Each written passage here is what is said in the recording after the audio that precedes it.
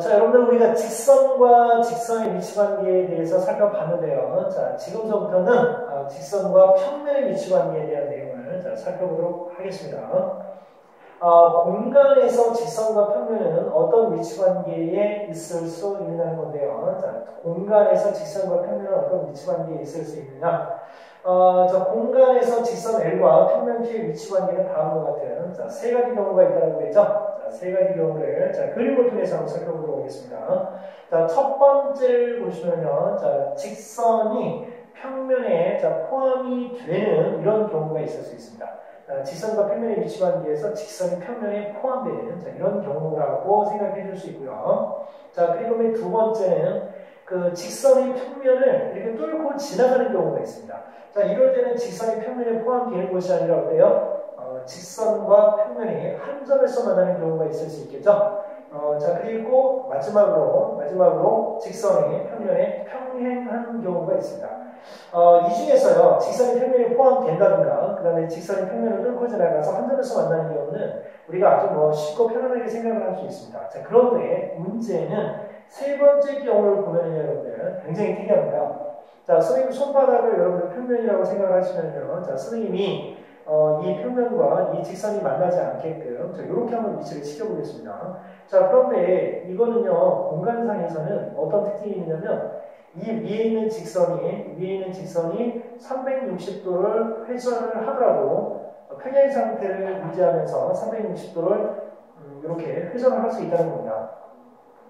어때요? 그 평면하고 평행한 직선을 갖다가 무수히많이 만들 수 있다는 걸 알 수 있죠? 만약에 공간상에 하나의 점이 여러분들이 있었다면 그 점을 지나면서 이 바닥에 있는 평면과 평행한 직선은요, 무수히많이 만들 수 있습니다. 한 가지밖에 없는 게 아니에요. 아셨죠?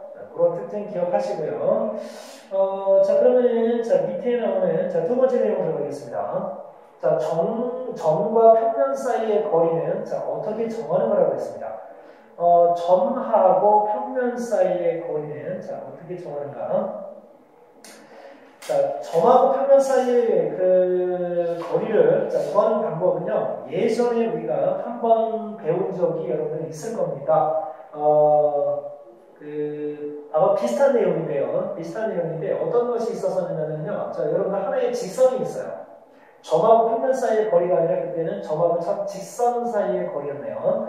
자, 점하고 직선 사이의 거리를 구할 때 어떻게 하라고 했죠? 이 점을 지나면서 이 직선의 수직인 수선을 그라고 했죠? 자, 그러면 이때 요 만나는 교점이 수선의 발인데 요 점에서부터 수선의 발까지의 거리가 점에서부터 직선까지의 거리라고 했습니다.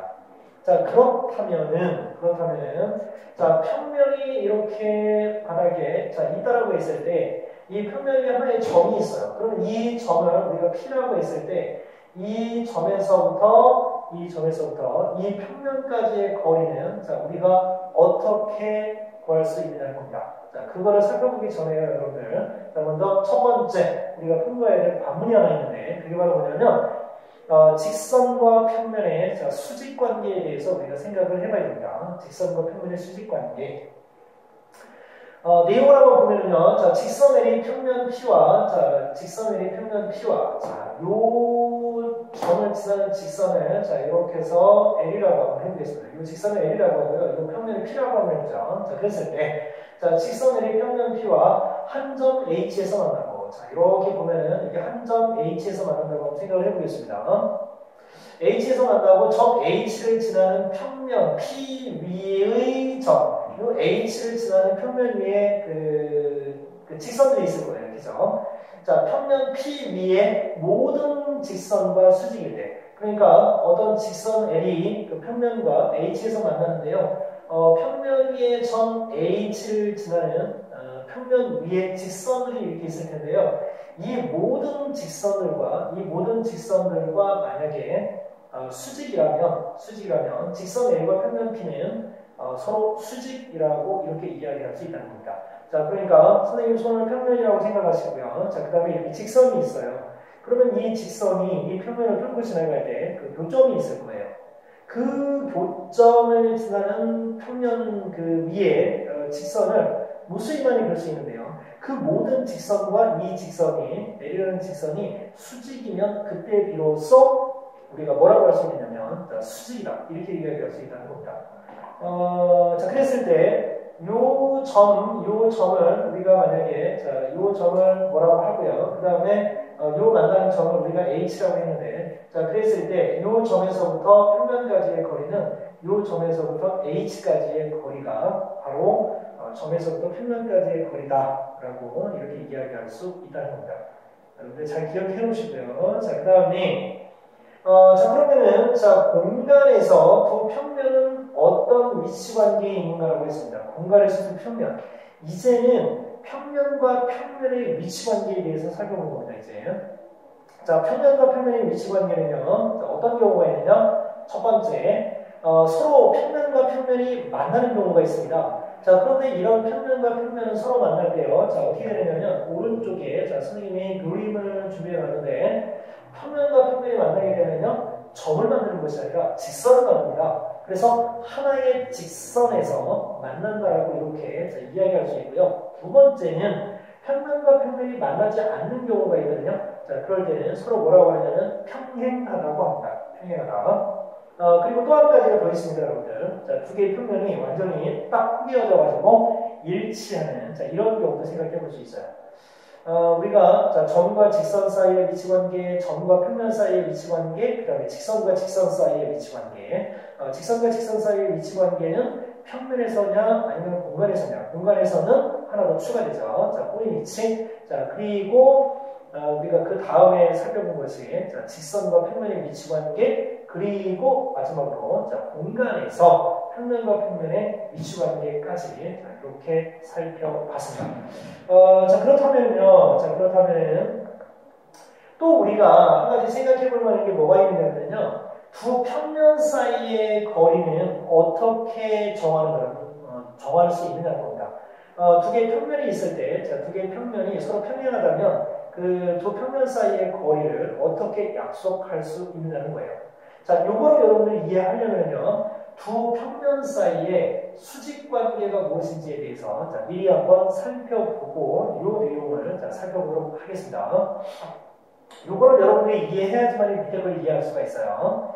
자, 여러분들, 자, 하나의 그 평면이 있고요. 그 다음에 또 다른 평면이 있습니다. 자, 두 개의 평면이 각각 PQ인데요. 평면 P가 평면 Q의 수직인 자, 그러니까 이 바닥의 평면을 Q라고 했고요. 자, 그리고 또 하나의 평면, 자, P를 준비합니다. 자, 그러면 이 두 평면이 수직인 경우가 어느 경우에 그런지를 알아보려고 하는 건데, 평면 P가 평면 Q에 수직인 직선 L을 포함할 때, 평면 P는 평면 Q에 수직이라고 하고, 수직 관계, 자, 표시 기호가 바로 요거였죠? 요거였습니다. 자, 요 기호와 같다는 거 여러분 생각해 주시면 돼요.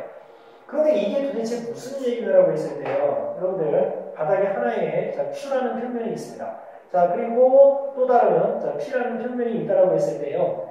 이 위에 있는 이 P 평면에 하나의 직선이 있어요. 하나의 직선이 있으면 이 직선이 이 바닥에 있는 그 Q라는 평면에 수직으로 서 있죠. 자 그러면 그 수직인 직선을 포함하고 있는 이 P 평면은 바닥에 있는 Q 평면과 수직이라는 겁니다.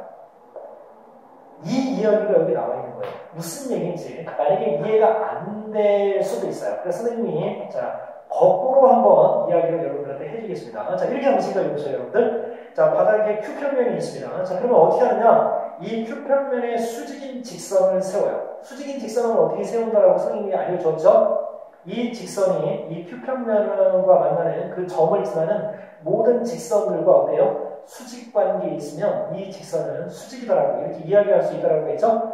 자 그러면 그 점에서부터 그 교점까지의 거리가 바로 점에서부터 직선 평면까지의 거리이기도 합니다. 자 그런데 이렇게 바닥에 있는 Q평면에 이렇게 수직인 직선을 여러분들이 이렇게 자, 세워놨다면요, 이 직선을 포함하는 평면이 하나 있다라고 여러분들 생각을 해보세요. 이 P라는 그 직선을 지나는 P라는 평면이 있다라고 했을 때 이 평면들은요 바닥에 있는 Q평면과 어때요? 다 수직이 될 수밖에 없다는 것을 여러분들이 이해할 수 있을 겁니다. 그러니까 처음에 이런 순서보다는 오히려 거꾸로 이야기하는 것이 여러분들이 이해하기가 쉽기 때문에 자 선생님이 예를 하나 자 드렸습니다. 자, 그렇다면 이제 끝났습니다, 여러분들. 5번을 이해할 수 있을 거예요, 이제. 자, 두 평면 사이의 거리는 그러면 어떻게 할 수 있느냐는 겁니다. 두 평면 사이의 거리. 자, 평면한 두 평면 PQ에 한쪽 평면 위의 점에서 다른 평면에 뭐를 넣어라? 수선을 내립니다. 자, 그러면은 그 수선의 길이가 곧 뭐가 되냐면 두 평면 사이의 거리가 되는 겁니다. 자, 그런데요, 어느 점에서 여러분들이 그러니까 하나의 평면, P평면에서 어느 위치에서 여러분들이 점을 잡든 상관이 없습니다.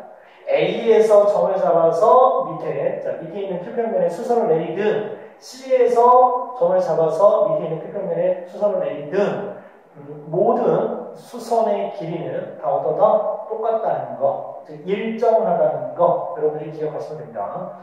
지난 시간서부터 선생님이 계속 몇 시간에 걸쳐서 여러분들 계속 기본론에 대한 이론을 살펴가지고 있습니다.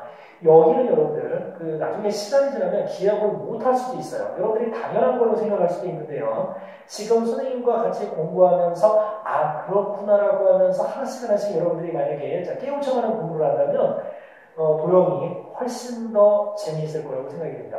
자, 여러분들, 오늘 선생님하고 공부한 것도 반드시 다시 한번 여러분들 그 내용 읽어보시면서 복습하는 시간 꼭 가져보시기 바랍니다. 수고했습니다.